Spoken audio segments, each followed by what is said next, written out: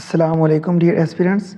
Welcome to the second part of this paper. Question number 11 is most of the ozone in the atmosphere is concentrated in the। तो इसका correct answer stratosphere है। Stratosphere atmosphere की layers में से वो layer है जिसके अंदर ओजोन लेयर का ज़्यादातर हिस्सा प्रेजेंट है। अब इसकी एटमॉस्फेयर की 4 लेयर्स को याद रखने का बहुत आसान तरीका है, नीचे दिया हुआ है। द स्काई मस्ट थिंक, आगे आई एम ईवल भी है जिसमें आयोनोस्फेयर और एक्सोस्फेयर हैं, लेकिन ये मेन 4 लेयर्स ही हैं एटमॉस्फेयर की।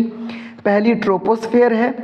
अब आपने ट्रोपो और थर्मो, चूंकि दोनों टी से हैं, तो आपने ये बात याद रखनी है कि सूरज के करीब, ये जनरल एक मैं बता रहा हूँ याद रखने के लिए कॉन्सेप्ट, कि सूरज के करीब जाके ज़्यादा हीट होगी, इसलिए थर्मोस्फेयर, थर्मो का मतलब हीट होता है ना, तो थर्मोस्फेयर ऊपर यानी चौथी लेयर है। जो ज़मीन की सरफेस की सबसे ऊपर पहली लेयर है वो ट्रोपोस्फेयर है। देन स्काई से एस और एस से स्ट्रेटोस्फेयर जिसके अंदर हमारी ओजोन लेयर है। उसके बाद मस्ट का एम है तो एम से मीजोस्फेयर। देन थिंक है, थिंक के टी से थर्मोस्फेयर है। अब ये स्फेयर आपने इसको ब्रैकेट में इसलिए लिखा है कि ये सबके साथ आएगा, troposphere, then stratosphere, then mesosphere and last पे थर्मोस्फेयर। क्लियर होगी बात। इस एटमॉस्फेयर के बारे में या लेयर्स के बारे में कुछ और क्वेश्चंस हैं जिनको अगली स्लाइड्स पर पहले शेयर कर लेते हैं, फिर क्वेश्चन नंबर 12 की तरफ चलते हैं। Some more important questions about the ozone layer. Ozone layer is at the height of dash kilometres from the surface of the earth. ज़मीन से ऊपर ओजोन लेयर की कितनी हाइट है, ये क्वेश्चन पूछा जाता है। तो ओजोन की जो हाइट है वो ज़मीन की सरफेस से लेकर ऊपर 20 to 30 किलोमीटर्स यानी 20 किलोमीटर से लेकर 30 किलोमीटर तक ओजोन लेयर प्रेजेंट होती है स्ट्रेटोस्फेयर में। अब नीचे आपको स्ट्रेटोस्फेयर की हाइट भी बताई हुई है ताकि आपको ये बात याद रहे कि एटमॉस्फेयर की कौन सी लेयर में ओजोन लेयर प्रेजेंट है। तो वो स्ट्रेटोस्फेयर में है। स्ट्रेटोस्फेयर की हाइट तकरीबन 10 से 12 किलोमीटर से स्टार्ट होती है। उससे नीचे यानी 10 किलोमीटर तक ट्रोपोस्फेयर है जो पहली लेयर एटमॉस्फेयर की सरफेस ऑफ द अर्थ के बिल्कुल साथ। उसके बाद दूसरी लेयर जो एटमॉस्फेयर की स्टार्ट होती है वो 10 से 12 किलोमीटर से स्टार्ट होकर 50 किलोमीटर तक जाती है। तो ये बात तो अब डन है कि जब ओजोन लेयर की हाइट 20 to 30 किलोमीटर्स है, सम पेपर्स में वो 15 to 30 किलोमीटर्स भी दे देता है ऑप्शन में, तो वो भी ठीक है। तो 15 to 30 या 20 to 30 किलोमीटर्स में ओजोन लेयर प्रेजेंट है। और जो हमारा स्ट्रेटोस्फेयर है, स्ट्रेटोस्फेयर हमारे पास मौजूद है 10 से 12 किलोमीटर से स्टार्ट होता है और 50 किलोमीटर तक ये लेयर जाती है। इसके बाद फिर आगे मीजोस्फेयर है जो तीसरी लेयर है और लास्ट पे थर्मोस्फेयर है। एक और क्वेश्चन जो पूछा जाता है, the ozone layer prevents dash radiations from entering the atmosphere. तो ओजोन लेयर रोकती है अल्ट्रा वायलेट रेडिएशंस को जो सूरज से आ रही होती हैं, उनको एटमॉस्फेयर में आने से वो रोकती है या ज़मीन पर आने से रोकती है। यहाँ पर एक और इम्पॉर्टेंट क्वेश्चन भी याद रखिएगा कि एंटर के साथ टू नहीं लगता। हम नॉर्मली ये समझते हैं कि he entered to the garden या इन द गार्डन, तो एंटर के साथ कोई प्रेपोजिशन नहीं आता। He entered the garden, ultra violet rays enter the atmosphere. Enter to या एंटर इन कोई प्रेपोजिशन एंटर के बाद नहीं आता। Another important question about ozone layer is the ozone layer's thickness is measured in। Unit पूछा जाता है papers में कि ओजोन लेयर को मेजर करने का यूनिट क्या है, तो वो एक स्पेशल यूनिट है डॉब्सन। डॉब्सन वो यूनिट है जिसमें ओजोन लेयर की थिकनेस को मेजर किया जाता है। अब डॉब्सन का मतलब क्या होता है? डॉब्सन का मतलब होता है 0.01 millimetres at standard temperature and pressure. Temperature और प्रेशर को स्टैंडर्ड रखा जाए तो 1 डॉब्सन इक्वल होता है 0.01 मिलीमीटर्स की। ठीक है, Dobson is the unit for measuring the thickness of ozone layer. Next question, what is responsible for thinning of the ozone layer. कि ओजोन लेयर जो ख़त्म हो रही है, कम हो रही है, उसका रिस्पॉन्सिबल कौन है? तो उसका रिस्पॉन्सिबल है क्लोरोफ्लोरोकार्बन्स। अब ये क्लोरोफ्लोरोकार्बन्स क्या होती हैं? ये गैसेज होती हैं जिनमें क्लोरीन होती है, फ्लोरीन होती है और कार्बन होती है। ये मोस्टली रेफ्रिजरेटर्स वगैरह में यूज़ होती है। 2 क्वेश्चंस और देख लें। There is a hole in ozone layer at. तो ओजोन लेयर में एक होल है साउथ पोल पर। ये क्वेश्चन भी पूछा जाता है पेपर्स में, तो इसका करेक्ट आंसर है साउथ पोल। साउथ पोल के ऊपर ओजोन लेयर पर एक होल है। What is the composition of ozone. Ozone की कंपोजिशन पूछी जाती है तो वो O3 है। three molecules of oxygen combine to form one molecule of ozone. O3 is the composition of ozone gas. अब अगले क्वेश्चन की तरफ चलते हैं पेपर के क्वेश्चन नंबर 12 की तरफ। ओजोन के बारे में बहुत बात हो गई। Question number 12, antonym of meagre. Meagre कहते हैं खफीफ, थोड़ा कम, जो चीज़ काफ़ी ना हो। तो ऑप्शंस में इसका जो करेक्ट ऑप्शन था, आंसर था, वो प्लेंटीफुल था। प्लेंटीफुल का मतलब होता है बहुत ज़्यादा या काफ़ी, इनफ कह सकते हैं। तो इसके बाकी ऑप्शंस में एवरेज दिया हुआ था, एक्स्ट्रावेगेंट दिया हुआ था और एक्सेसिव दिया हुआ था, जो कि ऑप्शंस ठीक नहीं थे। प्लेंटीफुल इसका करेक्ट आंसर है। Next question of the paper, world environment day is celebrated on. माहौल का आलमी दिन कब मनाया जाता है? तो वो 5 जून को मनाया जाता है। इसको तो हम वैसे भी याद रख सकते हैं कि पाकिस्तान में गर्मी ही जून में स्टार्ट होती है, यानी मई में स्टार्ट होती है। तो चले मई का महीना तो हम जैसे तैसे निकाल लेते हैं। उसके बाद जून में हमें ख्याल आता है कि यार माहौल के बारे में सोचना चाहिए, तो फिर हम 5 जून को इन्वायरमेंट डे सेलिब्रेट करते हैं। World environment day is celebrated on 5th of June. Next question number 14, he dash his work before his father arrived. अच्छा, ये पास्ट परफेक्ट टेंस का जुमला है। इसके बारे में मैं एक बहुत इंटरेस्टिंग बात आपको बताता हूँ जो यकीनन किसी ने नहीं बताई होगी। वो ये है कि पास्ट परफेक्ट टेंस इटसेल्फ एक पास्ट का पास्ट होता है, यानी एक माजी का वो माजी होता है, एक गुजरे हुए वक्त का वो गुजरा हुआ वक्त होता है। कैसे? इसी सेंटेंस को आप देख लें। हम अब प्रेजेंट टाइम में ये बात डिस्कस कर रहे हैं कि उसके बाप के आने से पहले वो अपना काम मुकम्मल या ख़त्म कर चुका था, ठीक है। अब इस टाइम से पहले वालिद साहब आए हैं, क्योंकि वालिद साहब भी पास्ट में आए हैं, ठीक है। हम अब बात कर रहे हैं लेकिन वो इस टाइम से पहले आए थे। हो सकता है वो कल 5 बजे आए हों और 4:30 पे कल उसने अपना काम कंप्लीट कर लिया हो। अब वालिद साहब का आना पहला पास्ट है in relation to this present time, ठीक है। वालिद साहब इस प्रेजेंट टाइम से पहले वाले पास्ट में आए हैं और उस पास्ट को अगर रिलेशनशिप में लाया जाए टाइम के, तो उस टाइम के रेफरेंस से, बाप के आने के रेफरेंस से पहले उसने अपना काम कंप्लीट कर लिया है या मुकम्मल कर लिया है, फिनिश कर लिया है, तो ये उसकी निस्बत पास्ट हो गया, यानी बाप के आने की निस्बत वो पास्ट हो गया। तो वो जो he had finished his work है वो पास्ट परफेक्ट टेंस है, और बिफोर हिज फादर अराइव्ड जो है ये पास्ट इंडेफिनिट टेंस है। प्रेजेंट टाइम के क्लोजर पास्ट इंडेफिनिट टेंस है और उस पास्ट का जो पास्ट है वो पास्ट परफेक्ट टेंस है, जो कि है he had finished his work before his father arrived. Before his father arrived को जो पहला पास्ट है उसको पास्ट इंडेफिनिट टेंस में हम टैकल करते हैं, और जो पास्ट इंडेफिनिट टेंस का पास्ट होता है वो पास्ट परफेक्ट टेंस होता है और उसको हम हैड प्लस V3 में टैकल करते हैं। Next question, when did Quaid-e-Azam join all India Muslim League. Quaid-e-Azam साहब ने ऑल इंडिया मुस्लिम लीग कब ज्वाइन की थी? तो वो 1913 में की थी। Quaid-e-Azam joined all India Muslim League in 1913। इस क्वेश्चन के साथ और बहुत से क्वेश्चंस रिलेटेड हैं जिनको हम अगली स्लाइड्स में शेयर करते हैं। एक क्वेश्चन इसी स्लाइड पर देखिए, who convinced him to join all India Muslim League, यानी कायद-ए-आज़म मोहम्मद अली जिन्ना साहब को किसने आमादा किया था, कन्विंस किया था कि वो ऑल इंडिया मुस्लिम लीग को ज्वाइन करें? क्योंकि ऑल इंडिया मुस्लिम लीग तो बन गई थी 1906 में, 1906 में बन गई थी, दिसंबर 30, 1906। तो उन्होंने 1913 में ज्वाइन किए, इसका मतलब है कि तब तक उन्होंने ज्वाइन नहीं की थी, ठीक है। तो उनको कन्विंस किया था मौलाना मोहम्मद अली जौहर साहब ने कि वो ऑल इंडिया मुस्लिम लीग को ज्वाइन करें, कायद-ए-आज़म साहब को। ये भी इंपॉर्टेंट क्वेश्चन है, पूछा जाता है पेपर्स में कि हु कन्विंस्ड मोहम्मद अली जिन्ना या Quaid-e-Azam to join all India Muslim league.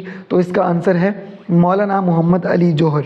मज़ीद क्वेश्चंस देखिए, when was the all India Muslim league established. ये रिपीटेड क्वेश्चन है, ऑल इंडिया मुस्लिम लीग को कब इस्टेब्लिश किया गया था?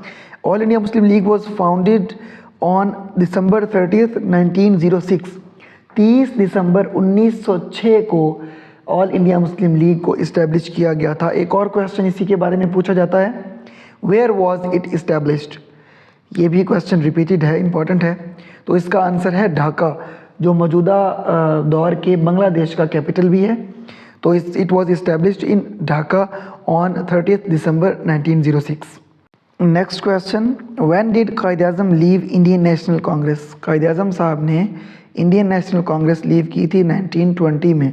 उन्होंने all India Muslim league join की 1913 में, 1913 में, और जो इंडियन नेशनल कांग्रेस थी उसका वो हिस्सा रहे 1920 तक। वो उन्होंने 1920 में लीव की थी। Next question, when was the Indian National Congress founded? Indian National Congress बनी कब थी? दिसंबर 28, 1885। ये भी रिपीटेड क्वेश्चन है और साथ में ये भी पूछा जाता है कि who founded the Indian National Congress? तो Allan Octavian Hume, simply A.O. Hume ने फाउंडेड किया था इसको। और ये कौन थे? ये retired British Indian civil service officer थे। ये भी एक पेपर में पूछा गया था कि A.O. ह्यूम जिन्होंने इंडियन नेशनल कांग्रेस बनाई थी वो कौन थे? तो वो सिविल सर्वेंट थे। Question number 16 of the paper, the Swan and the Haro rivers are the two rivers of. तो ये पोठवार प्लेटो, सतह मर्तबा पोठवार में बहने वाले दोनों दरिया हैं। नेक्स्ट, सोन रिवर के रिलेटेड एक और question, the salt range is located between the river Soan and dash. तो साल्ट रेंज की लोकेशन दरियाए स्वान और दरियाए झेलम के दरमियान में है। Next question, the Pothwar plateau contains the mineral deposits of. तो पेपर्स में डिफरेंट ऑप्शंस दिए जाते हैं, समटाइम्स 3 ऑप्शंस दे के ऑल ऑफ दीज दे दिया जाता है। तो इसमें रॉक साल्ट, जिप्सम, ऑयल, कोल, लाइमस्टोन, इन सारी चीज़ों के डिपॉजिट्स मौजूद हैं पोठवार प्लेटो में। नेक्स्ट नीचे देखें, which of the following areas is from Pothwar plateau. सतह मर्तबा पोठवार में कौन कौन से इलाके शामिल हैं? तो रावलपिंडी, झेलम, मियांवाली और ऑल ऑफ दीज, यानी ये तीनों इलाके पोठवार प्लेटो में शामिल हैं।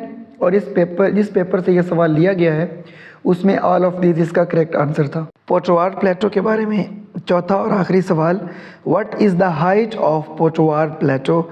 तो पोठवार प्लेटो की हाइट 300 to 600 मीटर्स है। ये क्वेश्चन भी पेपर्स में पूछा जाता है।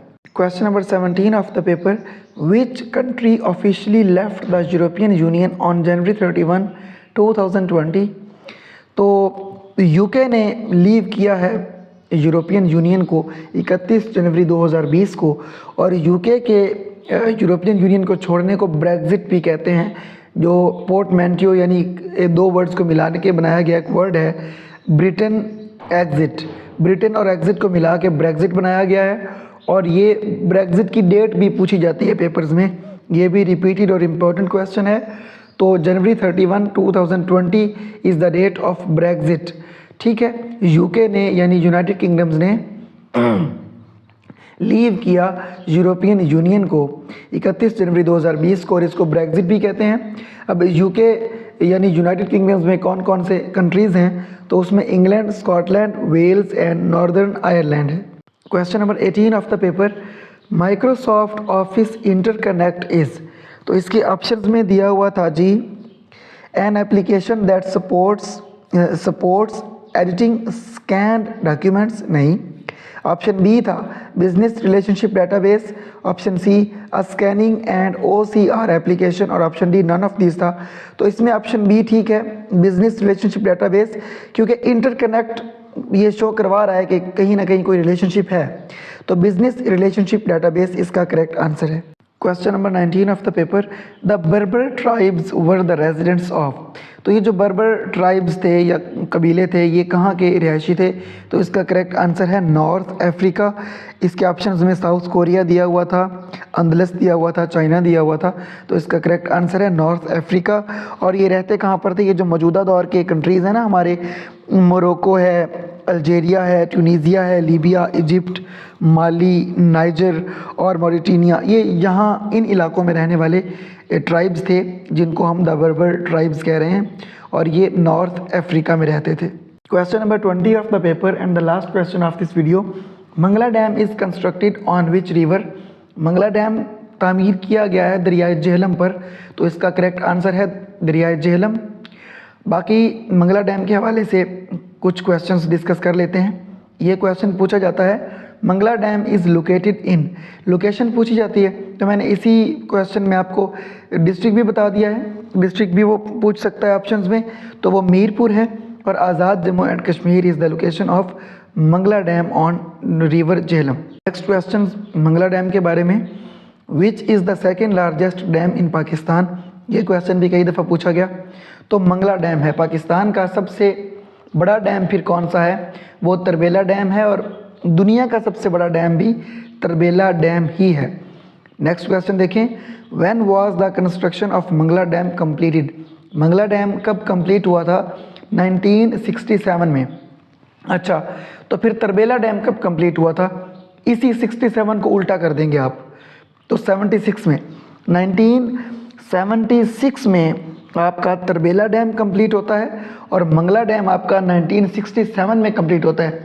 आपने इनकी कंप्लीशन की डेट्स को याद रखने के लिए अल्फ़ाबेटिकली याद रखना है, यानी अल्फ़ाबेट्स में पहले M आता है, इसलिए मंगला डैम 1967 में यानी पहले कंप्लीट होता है, कंस्ट्रक्ट होता है। और तरबेला डैम चूँकि T बाद में आता है अल्फ़ाबेट्स में, इसलिए तरबेला डैम बाद में कंस्ट्रक्ट होता है, यानी कि 1976 में।